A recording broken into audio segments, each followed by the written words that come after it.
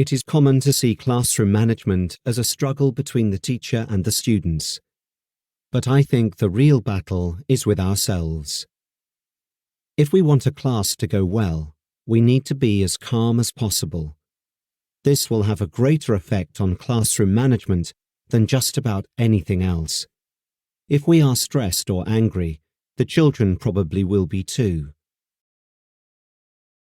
Be genuine. Children usually respond positively to genuine interaction. When teaching teenagers or young adults in compulsory classes at high school or university, teachers can more easily get away with a more formal approach and less genuine interaction. But teachers who adopt this kind of approach when teaching children of primary school age or younger generally fail. We need to show ourselves as real human beings through the way we interact with the children. We need to be honest with the children and smile and laugh with them.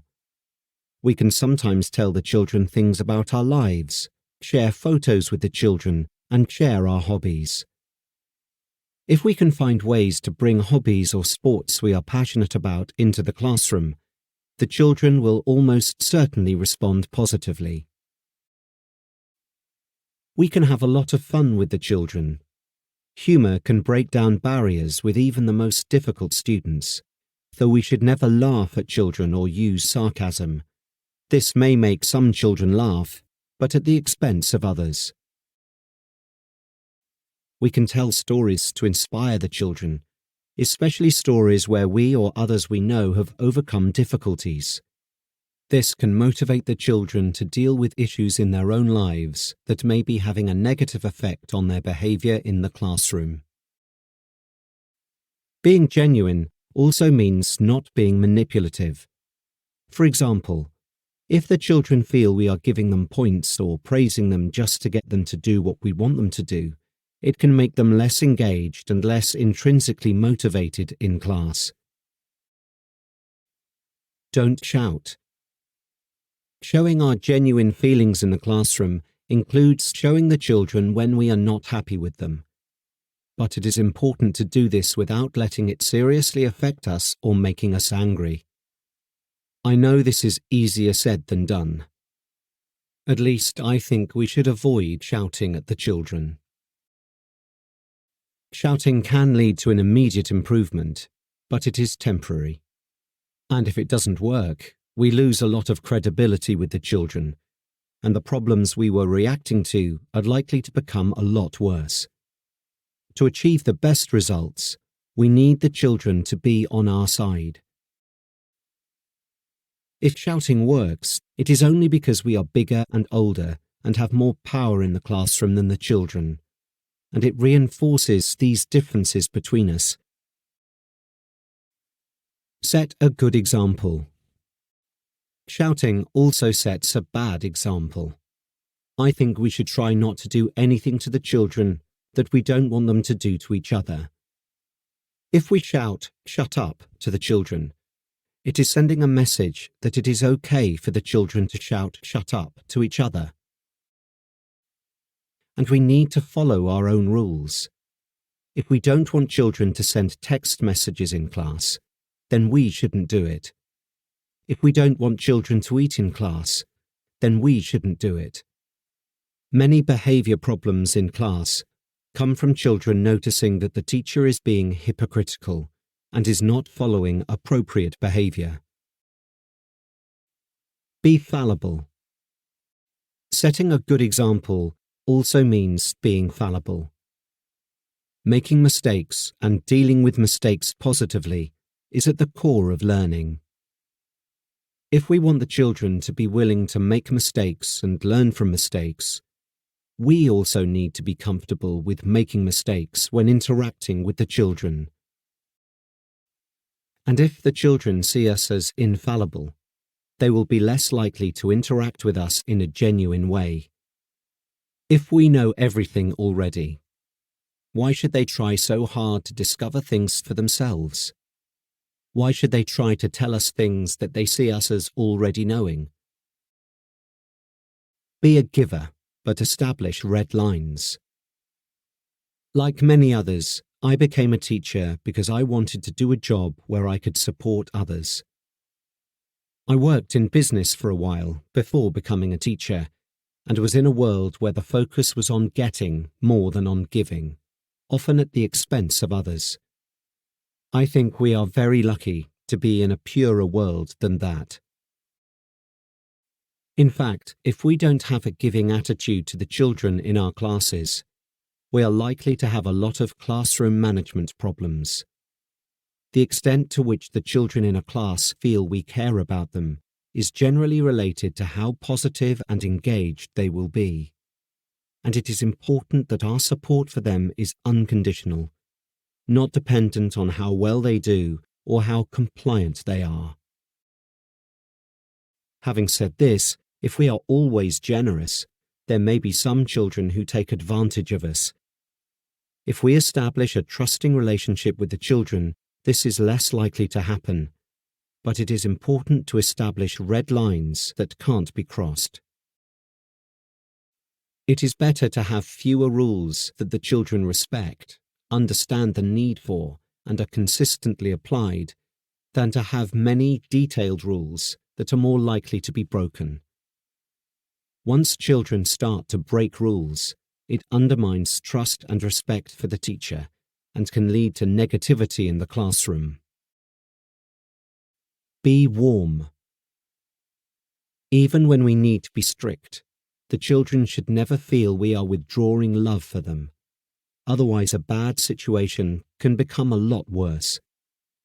I learned this lesson the hard way as a young teacher when I was struggling with large classes of 40 to 50 children. I remember observing an experienced teacher being firm with the children without withdrawing love for them. It was very impressive. It took some practice and a lot of deep questioning of myself to be able to do the same thing, but I am always grateful for the lesson I learned from him. Respect the children. I think it is important to treat the children as equal human beings. We have a professional job to do in the classroom, and we have more experience, but we are not above the children as human beings. We can talk to them with respect, listen to what is important for them, and empathize with them. To do this effectively, we need to get to know them as individuals and be attuned to their culture. We can do this by having meaningful conversations with them, by using questionnaires, by talking with their parents, and by finding out things like the kinds of games they play, TV programs they like, or books they read. We can then connect classroom conversations and activities with the things that are important for them. When a child behaves badly, we can respect that there is a reason for her bad behavior, and we can try our best to find out what it is. The solution may vary a lot depending on what the reason is, but it will generally involve supporting the child in some way. It is also important to respect that each child, just like each adult, has their own personality and preferences. For example, some children will be more introverted and need more personal space, and some will be more extroverted. There are many teachers who try to make introverted children into extroverts. Instead, let's respect the children for who they are and set up our classes so everybody can be included. If we respect the children are more likely to respect us, and when there is mutual respect, there are far fewer discipline problems. Be consistent. Being consistent doesn't mean treating all children in the same way. It is natural to support a team that is losing a game, or an individual who is finding things difficult, and this also sets a good example to the other children. We can treat each child as a unique person with her own needs. Being consistent means having a steady way of interacting with the children, avoiding contradicting ourselves, especially with classroom rules, and, when appropriate, having routines that help the children feel secure in our class. It means teaching the targets of our lessons in a consistent way. For example, if we are teaching phonics, we need to pronounce sounds in a consistent way. If we don't do this, the children may become confused, lose focus, and start misbehaving. It also means calling on children equally and avoiding having favorites. We need to support the children who need the most support, but it should be clear to the other children that we value each of them just as much as the children we are supporting. We should especially avoid favoring the compliant children over the less compliant children. This can easily alienate the children who are more likely to be badly behaved. Be positive. This doesn't mean rushing around positively or interacting with the children in an energetic way. This can have many negative side effects. It also doesn't mean praising the children a lot. I will look at the problems with praising children in a special video.